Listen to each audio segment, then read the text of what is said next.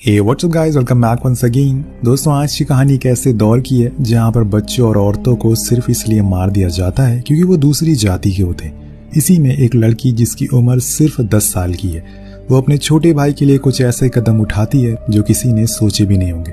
तो second world war शुरू होने से पहले का समय चल रहा है। दौर है हिटलर और उनके ऑफिसर की हुकूमत का।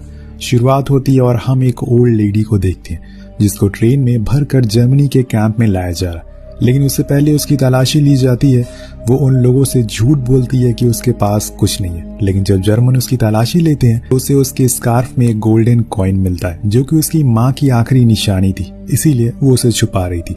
वो उनसे माफी मांगती है इसी गलती के लिए, लेकिन वहाँ बैठा एक क्रूर जर्मन ऑफिसर बिना कुछ सोचे समझे उसे गोली मार देता है और फिर उसकी लाश को गाड़ने का ऑर्डर देता है। फिर बचे हुए लोगों को उसी जर्मन ट्रेन में भरकर दूसरे कैंप में भेज दिया जाता है। और आज भी उसी दौर की ट्रेन की वो पटरियां जर्मनी में मौजूद है, लेकिन वो लोग अब नहीं रहे, ना ही वो लोग जिन्हें सताया गया, जिन्हें जानवरों से भी बदतर मौत दी गई। कुछ इस तरह से इस कहानी का इंट्रो था, जिसके बाद हम पहले सीन को देख। आज एक गांव को खाली किया जा रहा है। सभी लोग अपने घरों को छोड़कर उस कैंप की ओर जा रहे हैं जहां पर उन्हें अब अपनी पूरी जिंदगी बितानी है। उसी में से हम 10 साल की लड़की डारा को देखते हैं। उसके साथ उसका भाई भी है, लेकिन उसे ये नहीं पता कि उसका परिवार कहाँ है, उसके माँ बाप कहाँ है। इसी बीच हम मलीवा नाम की औरत को भी देखते हैं जो अपने 2 महीने के बच्चे के साथ जा रही है, लेकिन उसे ये अच्छे से पता है कि ये बच्चा अगर वहां गया तो ज्यादा दिनों तक जिंदा नहीं रह पाएगा। इसीलिए वो वहां पास में काम कर रही एक औरत को अपने बच्चे को दे देती है ताकि वो जिंदा रह सके। उसके लिए ये समय बहुत ही दर्दनाक है, लेकिन अगर अपने बच्चे की जान बचानी है तो ये करना ही पड़ेगा। जिसके बाद उन सभी लोगों को यातना शिविर नाम के कैंप में ले जाया जाता है। हम आपको बता दें कि उस समय पर हिटलर जर्मनी के कई हिस्सों में ऐसे कैंप बना रखे थे ताकि वो लोगों को कैद करके रख सके। अब उन सभी के सामने कैंप का हेड आता और कहता है कि जो लोग थोड़े बीमार हैं या फिर उन्हें किसी भी तरह की तकलीफ है वो अलग हो जाए। अब थोड़े थोड़े करके वो लोग अलग होने लगते हैं और फिर जो बच जाते हैं उन्हें दोबारा से ट्रेन में बैठाया जाता है और मेन कैंप में ले जाया जाता है, जहाँ पर उनकी तरह लाखों लोग एक साथ कैदी बनकर रहते हैं बिना किसी कसूर के। दारा बाहर देखती है तो हैरान रह जाती है क्योंकि जैसे ही ट्रेन चलती है उन सभी बीमार लोगों को मार दिया जाता है। जिस ट्रेन में ये लोग जा रहे थे उसमें दारा का बड़ा और छोटा भाई भी था और ये लोग पूरे सफर भर बस प्रार्थना करते रहते हैं कि अपने और अपने साथियों की जिंदगी की अच्छी कामना के लिए। तभी एक पुल से ट्रेन गुजर रही होती है जिसके नीचे हम 2 लोगों को काम करते हुए देखते हैं, जिसमें दारा के डैड माइल भी मौजूद थे और उन्हें भी ऐसे एक छोटे कैंप में बंद किया गया है। उनका काम है मरे हुए लोगों की लाशों को यहाँ तक दफनाना, फिर उन्हें नदी में फेंक देना। और आज वो नदी में सभी लोगों को फेंक रहे हैं और ये मंजर देखने लायक बिल्कुल भी नहीं है। माइल को नहीं पता कि उसका परिवार जिंदा है या मर गया। वो बस एक उम्मीद के सहारे जी रहा है कि आगे जाकर कहीं न कहीं वो अपने परिवार से मिल सकेगा। अब घंटों के सफर के बाद उन्हें एक बड़े से कैंप में लाया जाता है जहाँ पर ट्रेन रुकती है और इसी के साथ कई लोगों की धड़कन तेज हो जाती है। उन्हें अंदाजा नहीं था कि यहाँ पर क्या होने वाला है। वो बस भगवान के भरोसे जिंदा है। एक एक करके सभी को नीचे उतारा जाता है। इसी बीच वहां पर कुछ ऑफिसर आते हैं। तभी डारा की माँ को माइल का एक दोस्त मिलता है। वो उसे माइल के बारे में पूछती है तो वो बताता है कि वो जिंदा है। वो कहता है कि शायद वो ग्रेडिना कैंप में होगा और वहां पर उसे कुछ काम करने को दिया गया। तभी वहां पर एक गार्ड आ जाता है और उसे धक्का मारकर लाइन में चलने के लिए कहता है, जिसके बाद सभी की तलाशी ली जाती है। यहाँ पर वही सीन आता है जो हमने कहानी की शुरुआत में देखा था। उस लेडी से कहा जाता है कि तुम्हारे पास अगर कुछ है तो हमें दे दो। वो झूठ बोलती है और फिर उसे बेरहमी से मार दिया जाता है। सभी बहुत डर जाते हैं और खासकर वो 10 साल की बच्ची जिसे कुछ पता नहीं है कि ये सब क्या हो रहा है। उसके लिए ये सब तो अभी एकदम नया है। इसके बाद हम सभी को एक बेकार सी केव में जाते हुए देखते हैं और यही आज से उनका घर है। चाहे गर्मी हो या ठंडी, उन्हें यहीं रहना है। कुछ ही पल के बाद हम रीदा नाम की औरत को देखते हैं जिसको लेबर पेन हो रहा था। वो चीखती है, चिल्लाती है, लेकिन कोई भी उसकी बात सुनने को राजी नहीं है। सभी ऑफिसर तो बाहर मजे से एंजॉय कर रहे हैं, इसीलिए मालवी और कुछ औरतें मिलकर उसकी डिलीवरी करने की कोशिश करती हैं। लेकिन अफसोस कि वो बच्चा मर जाता है, पर यहाँ किसी को इस बात का गम नहीं है क्योंकि उन्हें ये बात अच्छे से पता है कि अगर ये बच्चा जिंदा भी होता तो वो लोग इसे मार देते। इसीलिए वो रीदा से कहते हैं कि जो भी हुआ है वो अच्छे के लिए हुआ है, लेकिन ये बात एक माँ को कौन समझाए। उधर हम बाहर देखते हैं कि कुछ नाजी ऑफिसर पार्टी कर रहे होते। वो सभी मेंस कैदियों को बाहर बुलाते हैं और उन्हें म्यूजिकल चेयर खेलने को कहते हैं। शुरुआत में तो सभी सही रहता है, लेकिन फिर जेलर जो हारता है वो उन्हें गोली मारना शुरू कर देता है और एक कैदी की तो गर्दन ही काट दी जाती है और फिर उसे देखकर उसके और साथी भी ऐसा करना शुरू कर देते और देखते ही देखते जितने भी कैदी थे उस जगह पर सभी को मार दिया जाता है। और ये सारा मंजर दूर खड़ी डारा देख रही होती है। सोचिए उसके दिल पर क्या बीत रही होगी। लेकिन मैं आपको बता दूं कि आगे आने वाले कुछ ऐसे सीन हैं जो किसी को भी हिला कर रख देंगे, ये सोचने पर मजबूर कर देंगे कि कैसे कोई इंसान इतना क्रूर हो सकता है, क्या उसके अंदर दिल नाम की कोई चीज है या नहीं। दूसरे सीन में हम माइल को देखते हैं जो दूसरे कैंप में था। वो खुदाई करते टाइम अपनी एक साथी से कहता है कि मैंने सुना है कि इस कैंप से कुछ दूरी पर एक नदी है जहाँ से भागा जा सकता है। उसका साथी कहता है कि भाग कर तुम जाओगे कहाँ, नदी के दूसरी तरफ भी जर्मनी है और अगर तुम्हें उन्होंने पकड़ लिया तो वो तुम्हें ऐसी मौत देंगे जिसे देखकर तुम डर जाओगे, इसलिए बेहतर है कि यहीं पर रहो। उधर हम डारा को देखते हैं जो चुपचाप उदास होकर बैठी रहती है। उसने जो कल रात देखा वो किसी को भी नहीं बताती। वहीं उसकी माँ अपने बड़े बेटे को कपड़े की बॉल बनाकर देती है और कहती है कि जाकर तुम लोग बाहर खेलो। वो सभी अपने एज के बच्चों के साथ खेलना शुरू कर देते हैं। धीरे धीरे करके वहाँ का माहौल थोड़ा बहुत ठीक होने लगता है, इसीलिए दारा भी बाहर आ जाती है। कई दिनों के बाद वो मुस्कुराती है, उसका भाई गोल मारता है जिससे वो बहुत खुश होती है। लेकिन तभी वहां पर जर्मन ऑफिसर आते हैं और अंदर जाने का ऑर्डर देते हैं। उन्हें ये कतई मंजूर नहीं था कि इन लोगों को किसी भी तरह की कोई भी खुशी हासिल हो। वो हर समय यही सोचते रहते हैं कि कब इनकी मौत हो जाए। कहानी आगे बढ़ती है और कुछ दिन बाद एक ऑर्डर पास होता है कि जो भी 15 साल के ऊपर लड़के हैं उन्हें अलग करके एक दूसरे कैंप में ट्रेनिंग के लिए भेजा जाएगा जो कि आर्मी में ज्वाइन होंगे। इसीलिए सभी एक एक करके आगे आने लगते हैं। लेकिन डारा की माँ अपने बड़े बेटे को छुपा लेती है, पर एक नाजी ऑफिसर की नजर उस पर पड़ जाती है और वो उसे बाहर निकालने को कहता है, पर माँ नहीं मानती और उसके आगे अपने बेटे के लिए भीख मांगती है। वो सब कुछ करने को तैयार थी जो उसे हो सकता है, लेकिन जेलर को ये मंजूर नहीं होता। दारा और उसके छोटे भाई के सामने उसके भाई और उसकी माँ को मार कर गिरा दिया जाता है और वो लोग कुछ नहीं कर पाते, यहाँ तक कि अपनी मरी हुई माँ की आंखें तक वो बंद नहीं कर पाती। और ये सीन कहानी के सबसे दर्दनाक सीनों में से एक है।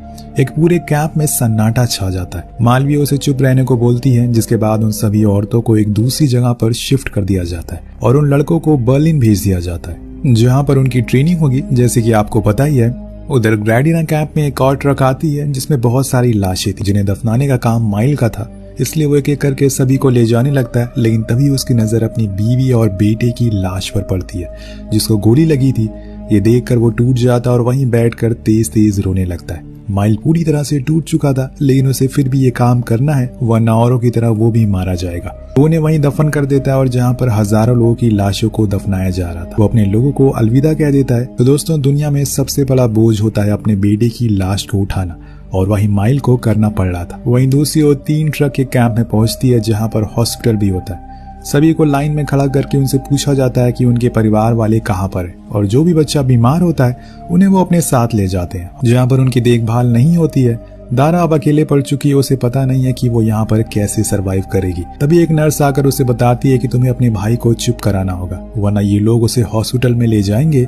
अब वो छोटी सी बच्ची कैसे भी अपने भाई को इन हालातों के बारे में बताए। वो अपनी हर वो कोशिश करती है जो वो कर सकती है, लेकिन तब तक उसका नंबर आ जाता है। वहाँ की नर्स उसे पूछती है कि क्या ये बीमार है, तो वो मना कर देती है। वो पूछती है कि फिर ये क्यों रो रही है, तो डारा कहती है कि इसने आज सुबह से कुछ नहीं खाया और इसके सामने ही इसके बड़े भाई और माँ को मार दिया गया है, जिस वजह से ये बहुत ज्यादा डर गया है। उन्हें उसकी बातों पर यकीन होता है। तभी पीछे वीरा नाम की लेडी आती है और कहती है कि वो दारा की चाची है और उसका ख्याल रखने आई है और इसीलिए उसे जाने दिया जाता है। लेकिन असल में वो एक दूसरे को नहीं जानते थे। लेकिन वो अंदर जाने के बाद दारा से कहती है कि अगर मुझे कुछ हो गया तो तुम्हें कैसे भी करके बच्चों का ख्याल रखना होगा, ये तुम्हारी जिम्मेदारी है। अब उन्हें घोड़ों के अस्तबल में रखा जाता है जहाँ पर दारा से मिलने के लिए वो नर्स वापस आती है और उसके भाई के बारे में पूछती है। वो उसका नाम बूदो बताता है। अब जाते हुए वो नर्स उसके भाई को कुछ खाने के लिए देती है और खुद का ख्याल रखने को भी कहती है। उधर ग्रेडिना कैंप में आज फिर से सभी को म्यूजिकल चेयर खेलने के लिए बुलाया जाता है, लेकिन माइल कैसे भी करके खुद को बचा लेता है और वहीं छुप जाता है क्योंकि उसे अच्छे से पता था कि जो भी गेम खेलने के लिए जाएगा वो जिंदा लौट कर नहीं आएगा। इधर डारा अपने भाई से बात करती है और उसे चुप कराने की कोशिश करती है, लेकिन वो रोता ही रहता है। इसीलिए उसके पास वो लेडी ऑफिसर आती है और नर्स से कहती है कि अगर ये आज रात तक चुप नहीं हुआ तो उसे एडमिट कर देना। जिसके बाद दारा बूदो को एक माँ की तरह ख्याल रखती है, उसे समझाती है कि उसे एक अच्छे बच्चे की तरह रहना है बिना किसी को तंग किए।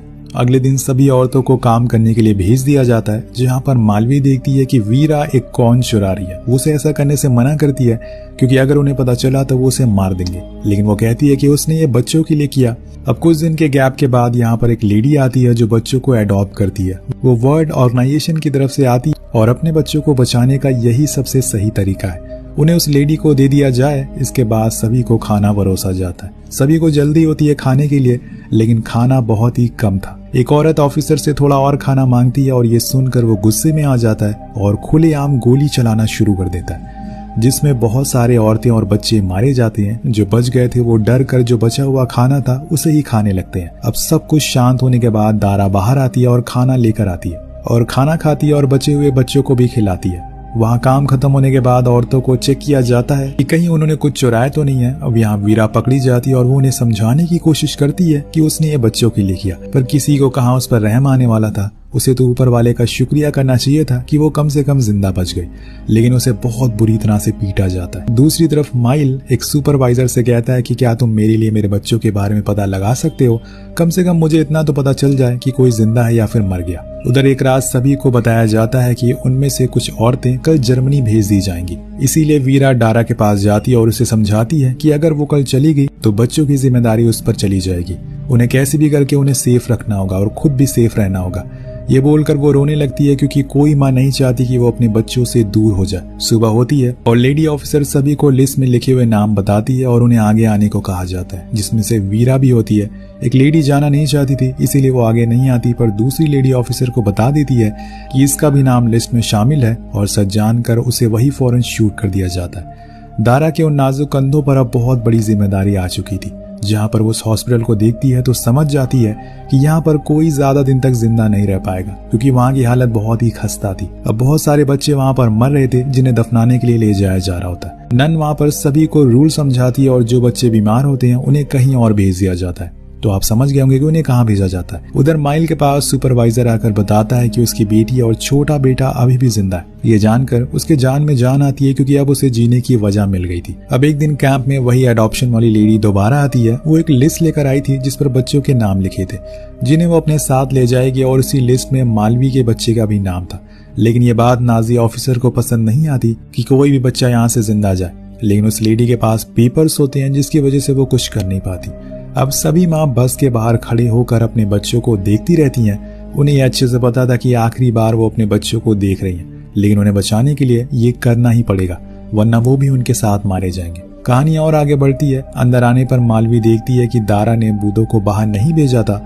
ये जानकर वो बहुत गुस्सा होती है, लेकिन दारा बताती है कि उसने अपनी माँ से वादा किया था कि वो कभी भी अपने भाई को अकेला नहीं छोड़ेगी। अब उसी रात उसके पास वही लेडी ऑफिसर आती है चेक करने के लिए कि कोई बीमार है या फिर नहीं। उनमें से एक बच्चा बीमार मिलता है जिसे वो अपने साथ ले जाते हैं। अब यहाँ बूदो की किस्मत अच्छी होती है कि वो उसे चेक नहीं करते क्योंकि वो भी बीमार था। लेकिन एक दिन ये बात वहाँ रह रही एक औरत को पता चल जाती है और वो जाकर गार्ड को बता देती है। जिसके बाद क्या था, वो बूदो को जबरदस्ती लेकर चले जाते हैं और जिसके बाद गार्ड उस नर्स को भी बहुत सुनाते हैं जो दारा की मदद कर रही थी। इधर दूसरी तरफ वहाँ माइल के पास कुछ ट्रक आते हैं। उसे पता चलता है कि इसमें बच्चे भी हैं। ये जानकर वो प्रे करना शुरू कर देता है क्योंकि दोबारा से वो अपने हाथों से अपने परिवार को दफन नहीं कर सकता। लेकिन वहाँ उन लाशों में उसे कोई अपना नहीं मिलता। अब इसी तरह से कुछ महीने बीत जाते हैं। बूदो हॉस्पिटल में और बच्चों के साथ एडमिट था और दारा साफ सफाई का काम कर रही थी। इसी बीच वो एक दिन कॉर्न चुराने की कोशिश करती है, लेकिन मालवी उसे देख लेती है और समझाती है कि अब ऐसा दोबारा मत करना, वरना वो लोग तुम्हें मार देंगे। अब इसके बाद वो उसे ये भी बताती है कि कल वो जर्मनी जा रही है, इसीलिए उसे खुद का ख्याल रखना होगा। अगले सीन में हम देखते हैं कि असल में ये झूठ था। जितने भी औरतों को ये बोला गया था कि उन्हें जर्मनी ले जाया जा रहा है, उन सभी को गैस चेंबर में डालकर मार दिया जाता है, जिसमें वीरा भी होती है और मालवी भी, और न जाने कितनी औरतें भी जिनके बच्चे यहाँ मौजूद थे। एक रात दारा बूदो को बहुत मिस करती है, इसीलिए वो चोरी छुपे हॉस्पिटल में उसे मिलने के लिए जाती है, लेकिन वहाँ उसे गार्ड देख लेते हैं और वापस जाने को कहते हैं। जब इस बारे में नर्स को पता चलता है तो वो उसे मिलने के लिए जाती है और उसे बताती है कि तुम कल सुबह हॉस्पिटल आना। जब गार्ड की ड्यूटी चेंज होती है, वो सुबह ही हॉस्पिटल पहुंच जाती है और फाइनली अपने भाई से मिलती है। उसकी हालत बहुत ही खराब थी, लेकिन तभी वहाँ एक गार्ड आ जाता है और उसे देख लेता है, लेकिन नर्स ये कहकर उसे बचा लेती है कि ये नर्स के काम को सीख रही है, और ऐसे ही वो कुछ दिन में अपने भाई से मिलने के लिए आती रहती है। लेकिन एक दिन वहां पर अचानक से कुछ लोग आते हैं जो कि वर्ल्ड ऑर्गेनाइजेशन की तरफ से थे। इसीलिए जेलर सभी को अच्छे कपड़े देता है और फिर उनके साथ अच्छी वीडियोस बनाता है। असल में वो दुनिया को दिखाना चाहता था कि वो लोग उन बच्चों के साथ कुछ बुरा नहीं कर रहे। लेकिन इसी में 2 बच्चों का बिहेवियर उन्हें अच्छा नहीं लगता, जिन्हें वो साइड में ले जाकर गोली मार देते। और ये वीरा के दोनों बच्चे थे जिसे गैस चेंबर में मार दिया गया था। मतलब किसी इंसान की जान की कोई भी कीमत नहीं है यहाँ पर। अब रात में जब दारा बूदो से मिलने जाती है तो तभी वहाँ पर जेलर आता है। वो देखता है कि बहुत सारे बच्चे बीमार हैं, इसीलिए उन्हें बेसमेंट में ले जाने का ऑर्डर देता है। और जब इस बारे में नर्स को पता चलता है तो वो बूदो और